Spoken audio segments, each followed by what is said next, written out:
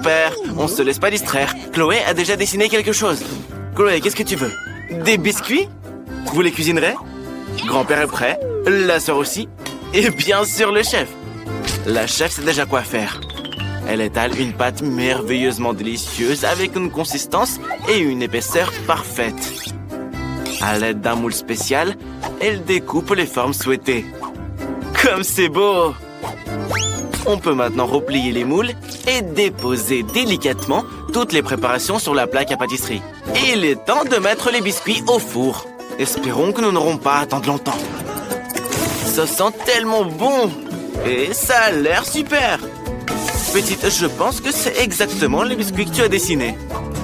Et la sœur a sa propre recette. Elle a divisé la pâte en parts égales et veut faire des biscuits aux Skittles. Ah, ça, je sens que ça sera bon. Elle étale les bonbons sur la pâte. Waouh, comme c'est coloré joliment. On peut maintenant mélanger et étaler la pâte. Oula, attention, tu vas te coincer.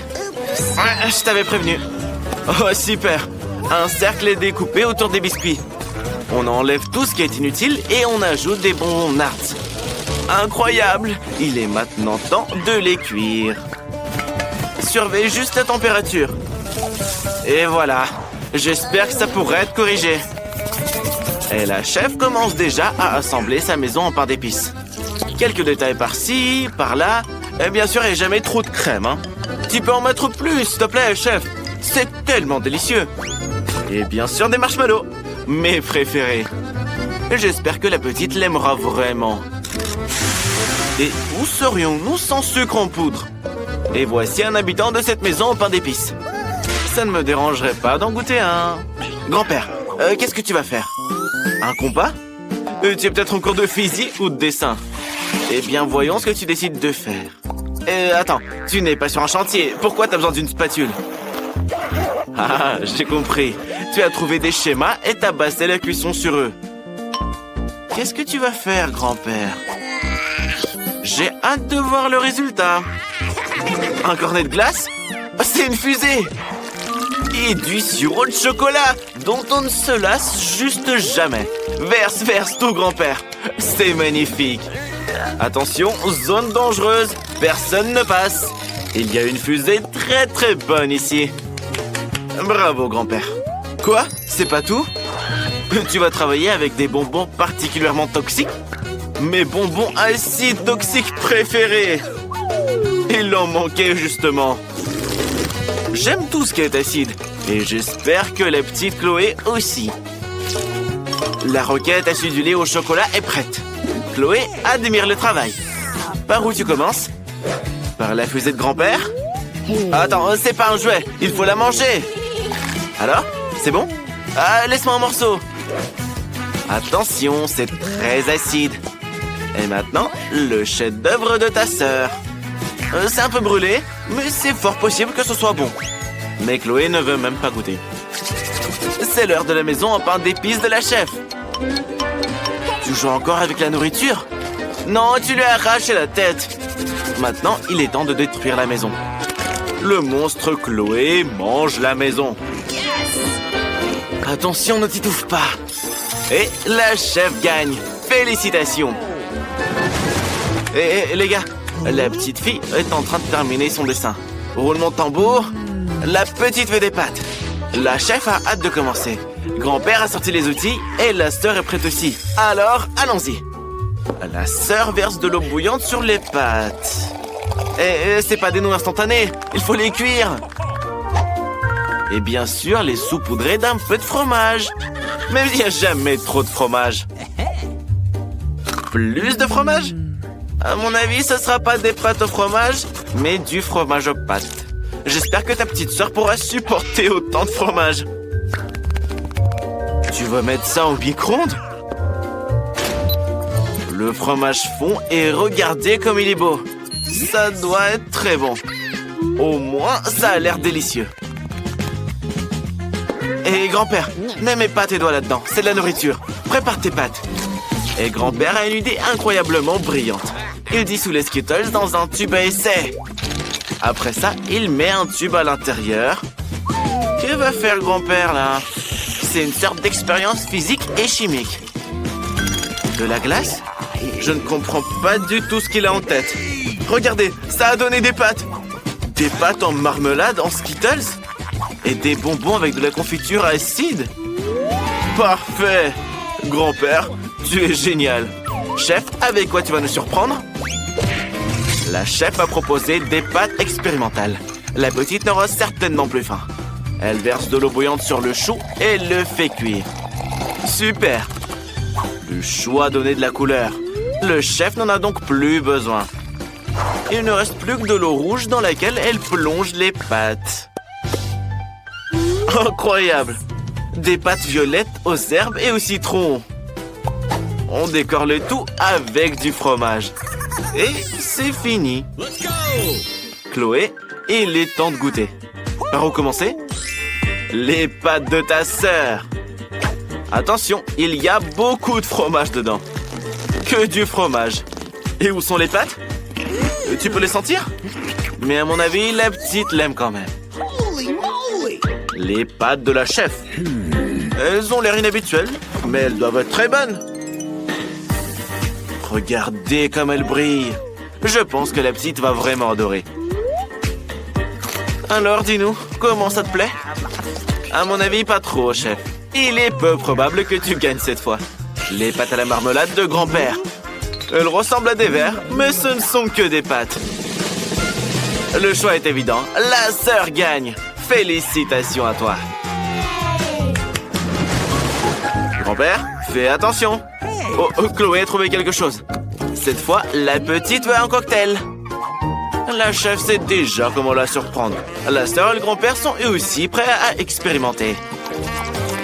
Il est peu probable qu'il sache préparer des cocktails, mais il comprend définitivement un peu la chimie. Il ajoute un peu d'huile et...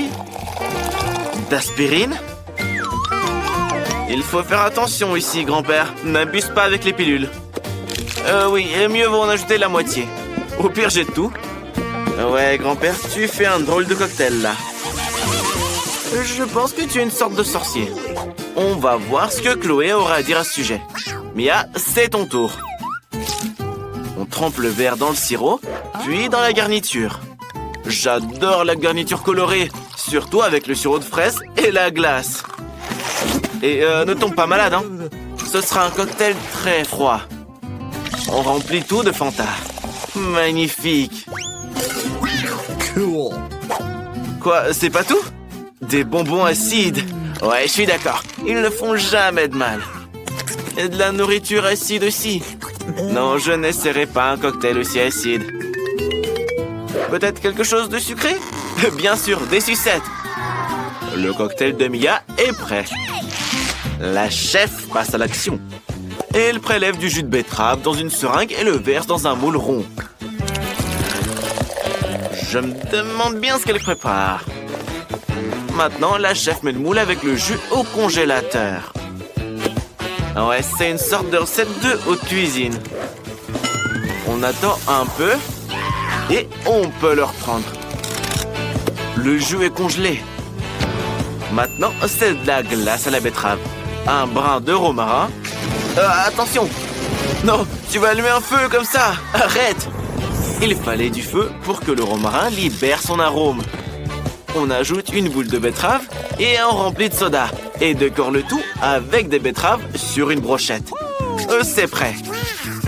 Chloé, à toi de jouer. Ah oui, ça a l'air un peu effrayant. J'espère que tu ne te transformeras pas en grenouille après ce cocktail. À mon avis, c'est dégoûtant, grand-père.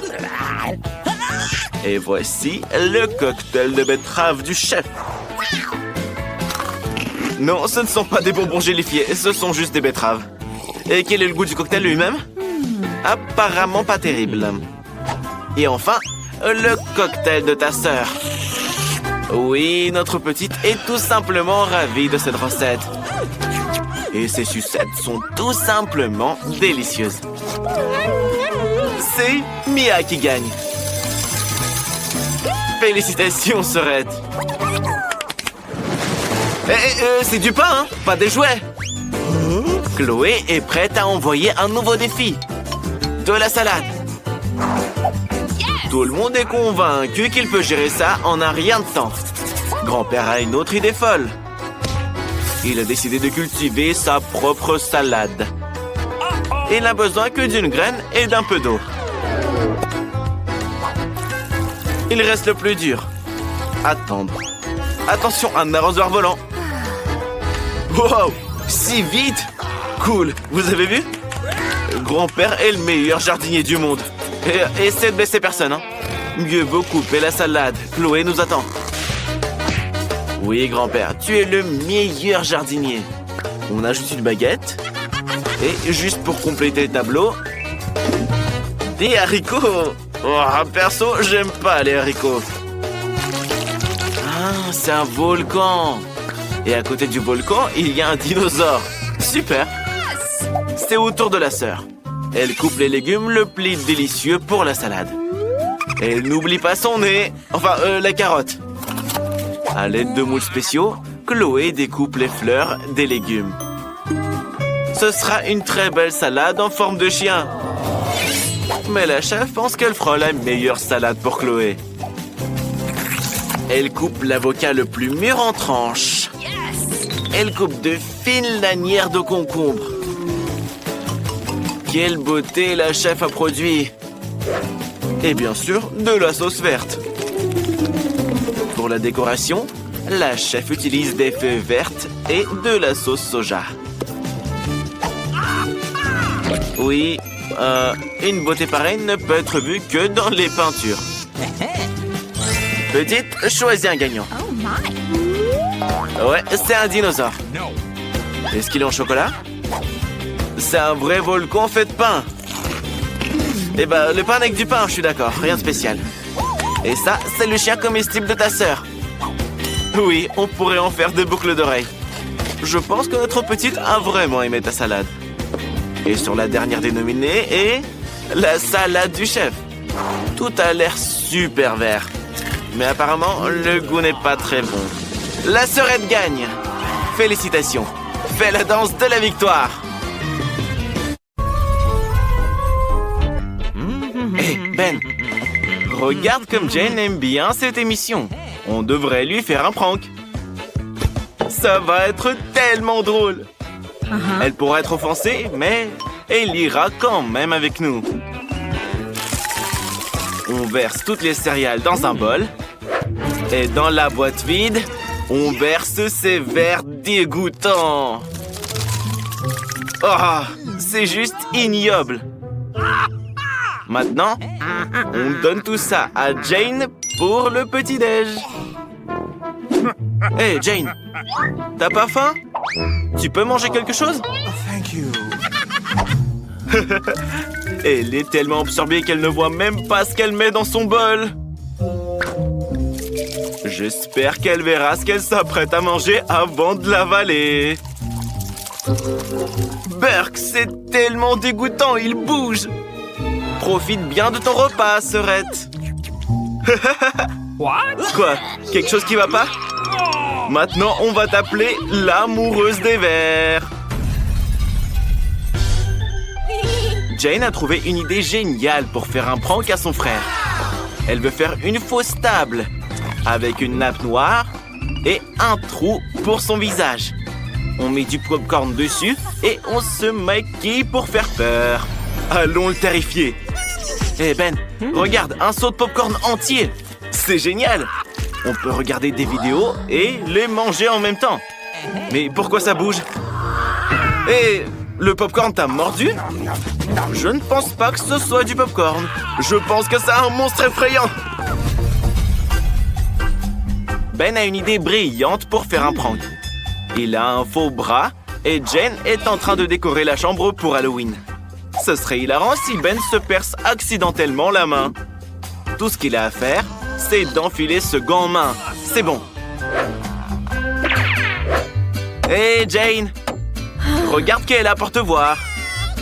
Ton frère va t'aider. Il a juste à porter ses outils avec lui. Oh, il a percé son bras! Ouais, Ben, c'était un peu trop. Jane, réveille-toi. C'est la même main que Ben a percée. Jane a décidé de se venger et de lui faire un prank avec un faux cerveau. Ça nécessite des bandages sanglants et du faux sang. Maintenant, on cache tout sous la perruque. Et on est prêt à l'effrayer. Ben, t'as peur des films d'horreur comme un petit garçon? Sorette, assis-toi avec ton frère ou il va faire pipi dans sa culotte. Quoi, Ben? T'aimes aussi les bonbons comme un petit garçon? Oh, qu'est-ce que c'est? Ben, sauve-toi vite! Mais quel lâche ce type! Et Jane a une nouvelle idée de prank. Elle va maintenant sculpter un visage effrayant dans une citrouille qui ne manquera pas d'effrayer Ben. On découpe des yeux et une bouche bien sinistre. Le plus important est de tout faire avec soin pour ne pas abîmer la citrouille, qui devient alors effrayante. Maintenant, on doit mettre une bougie dans notre monstre en citrouille et le cacher sous le lit. Dans l'obscurité, ce visage est encore plus effrayant. Mais ça ne suffit pas. Il faut laisser des traces de pas sanglantes, comme si le monstre avait marché et s'était caché sous le lit de Ben. Jane a de la peinture rouge spéciale pour ça. Une trace, 2, 3, et c'est fait. Hé, Ben, tu remarques rien? Ben, tu m'entends? Ben! Qu'est-ce que c'est? Il y a quelqu'un sous ton lit! Oh non, Ben! C'est un vrai monstre! Hé, espèce de mauviette! On t'a fait un prank! Quelle taille auront nos héros? Brian a la plus petite boîte de nouilles. J'ai jamais vu rien d'aussi minuscule de ma vie. On peut la voir qu'au microscope. Mais comme c'est appétissant! Il n'a pas de nouilles du tout. C'est vrai, une pince à épiler devrait aider. C'est si petit qu'on peut les écraser même avec une pince à épiler. Attention! Comment tu trouves les nouilles? Alors, le goût? Quoi? Tout est fini? Oh! Voyons ce que Jane a obtenu. Et Jane, elle a des nouilles de taille moyenne. Elle adore les nouilles parce qu'elles sont incroyablement bonnes. Regardez, elle a décidé de les manger tout en même temps. Jane doit avoir très faim. C'est délicieux. Soyez pas jaloux, les gars. Roxy, c'est ton tour. Regardez, elle a le plus gros paquet de nouilles du monde entier. Ouais, les baguettes, ça prendrait trop de temps. Tu vas les manger avec les mains? C'est beaucoup plus rapide, c'est vrai. Attention, tu as taché toute la cuisine.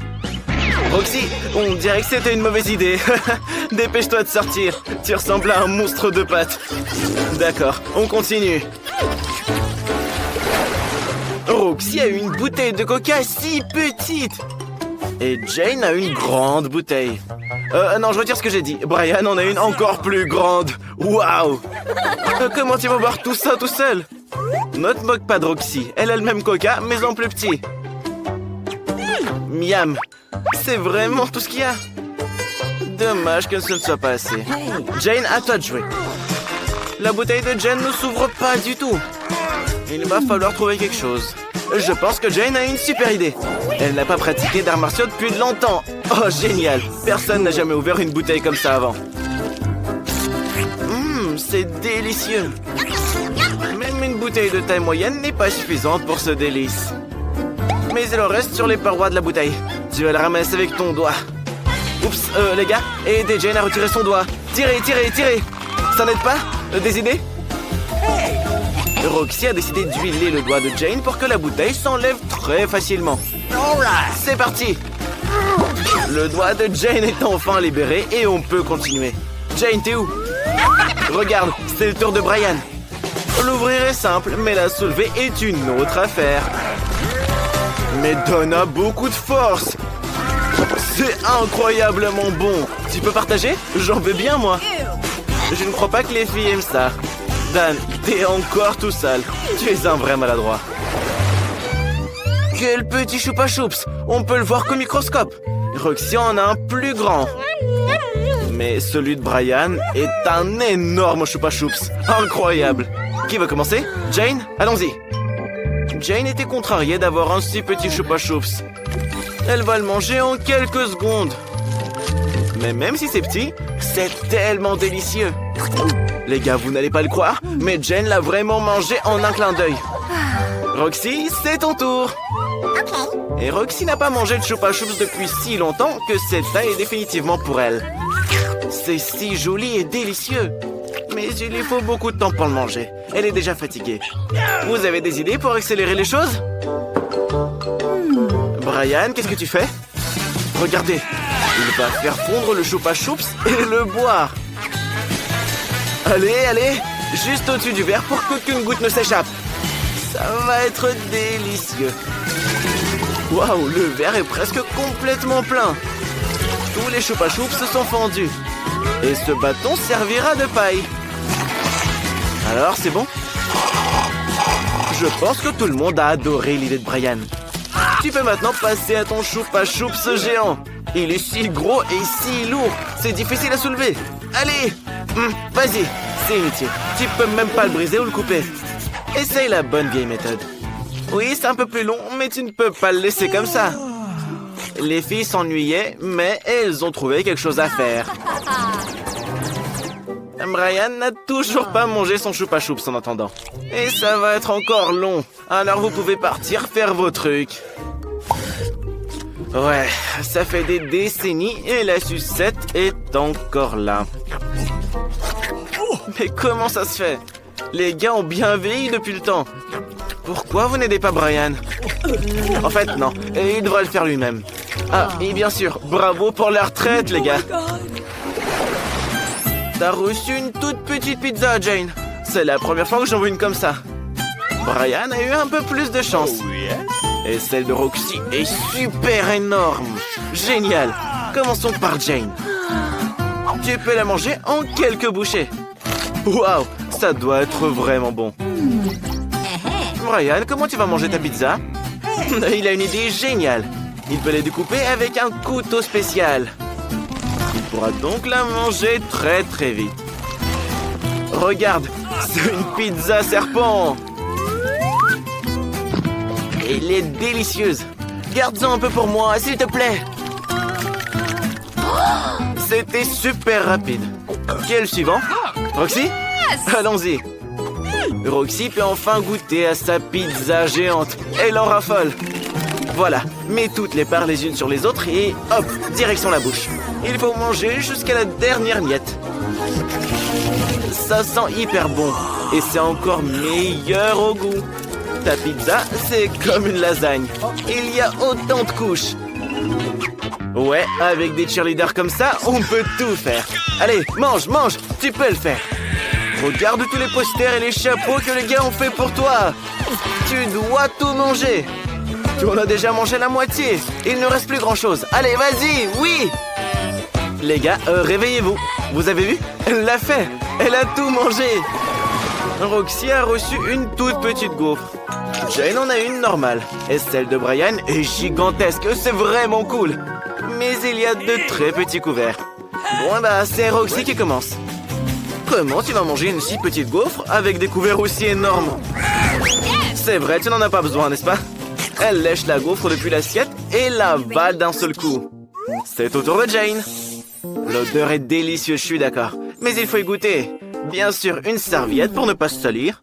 Des lunettes pour être sérieuse. C'est toi le maladroit, Brian. Mais Jane connaît les bonnes manières. Alors ne l'empêche pas de déguster sa délicieuse gaufre. C'est délicieux, c'est trop bon. Brian, si tu ne peux plus l'attendre, tu peux manger ta gaufre. Mais n'éternue pas. Oups, t'as fait sauter les petits couverts. Bon, il va falloir manger avec les mains. Mais tu es habitué, toi. Mais je suis d'accord avec toi. C'est 100 fois meilleur quand on mange avec les mains. Et cette gaufre est délicieuse au possible. Mais ne t'étouffe pas avec.